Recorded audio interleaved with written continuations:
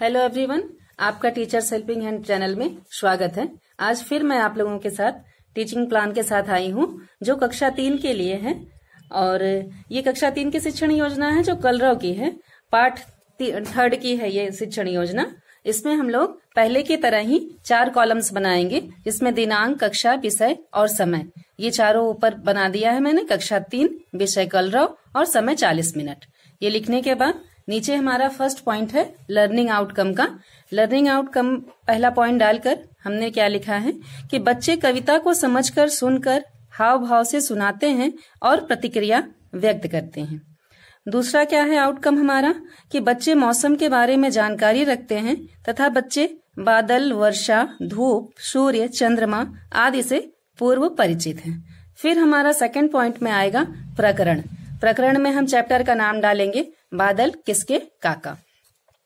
उसके बाद यहाँ मैंने नीचे रचयिता का नाम डाला है इसकी रचयिता सुभद्रा कुमारी चौहान जी हैं। यहाँ पर मैंने उनका नाम डाला है। फिर क्या थर्ड पॉइंट है। थर्ड पॉइंट में है सीखने सिखाने की सामग्री।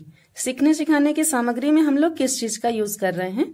बादल व वर्षा का चित्र श्याम पट पर भी बना सकते हैं या ऐसे हम लोग चार्ट पेपर पे भी बना सकते हैं। किसी टेलम का प्रयोग कर सकते हैं हम लोग, या दीक्षा ऐप पर उपलब्ध सामग्री का प्रयोग हम इस पाठ को पढ़ाने के लिए कर सकते हैं। यहाँ पर सीखने सिखाने की सामग्री में ये सारी चीजें लिखी हैं। फिर यहाँ सेकंड पॉइंट में हमारा फिर से क्रम, संख्या, चरण, समय, आकलन ये डाला गया है।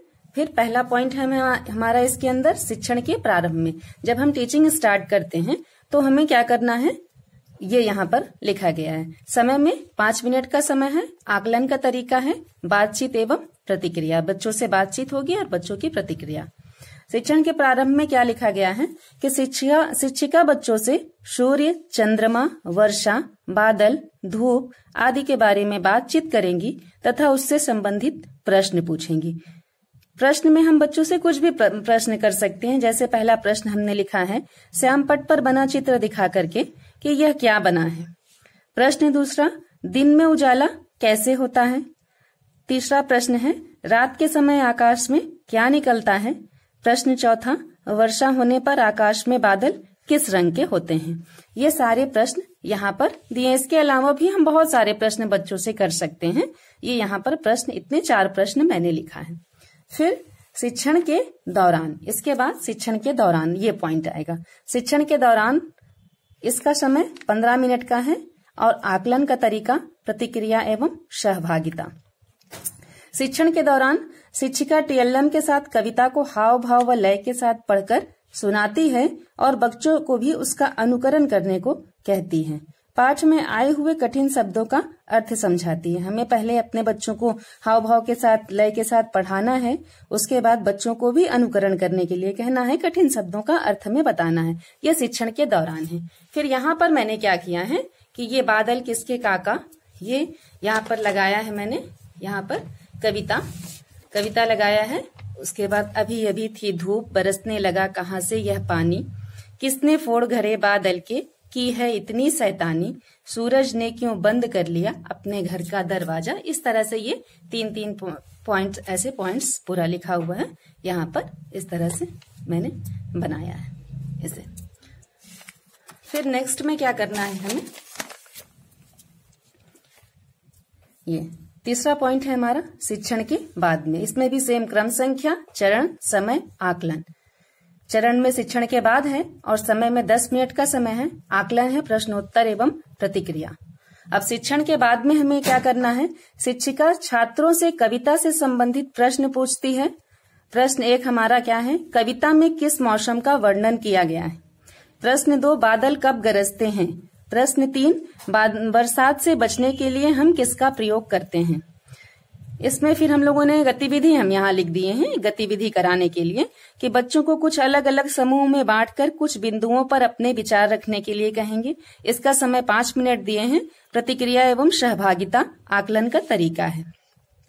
इसमें समूह 1 को हम वर्षा दे दिए, समूह 2 को बादल, समूह 3 को गर्मी, समूह 4 को सर्दी। इस तरह से 4 समूहों में बांटकर यहाँ उनके पॉइंट बता दिए हैं। अब बच्चे कुछ अपने अपने विचार रखेंगे। समूह पहला का बच्चा वर्षा के बारे में बताएगा, समूह दूसरा का बच्चा बादल के बारे में, समूह तीसरा का बच्चा गर्मी और समूह चौथे का बच्चा सर्दी। इस तरह से बच्चे अपने पॉइंट्स रखेंगे और चर्चा के दौरान शिक्षिका बच्चों की मदद करेगी। जो बच्चे नहीं बता पाएंगे वो हम बच्चों को बताएंगे। इसके बाद अगला पॉइंट आता है हमारा गृह कार्य। गृह कार्य या प्रदत्त कार्य या असाइनमेंट, जो भी आप कहें, यहाँ पर लिखा है मैंने। फिर इसके अंतर्गत पहला पॉइंट मैंने पहला वर्ग क्या दिया है बच्चों को कि शिक्षिका बच्चों को कविता घर से याद करने को कहेगी। बरसात के बारे में अपने विचार लिखकर आने को कहेंगे। अगर बरसात नहीं होगी तो क्या होगा, बच्चों से मौखिक रूप को बताने के कहेंगे। कुल मिलाकर बच्चों को वर्ग भलीभांति परिचित कराने से यहाँ पर हम कुछ भी उससे गृह कार्य बच्चों को देंगे।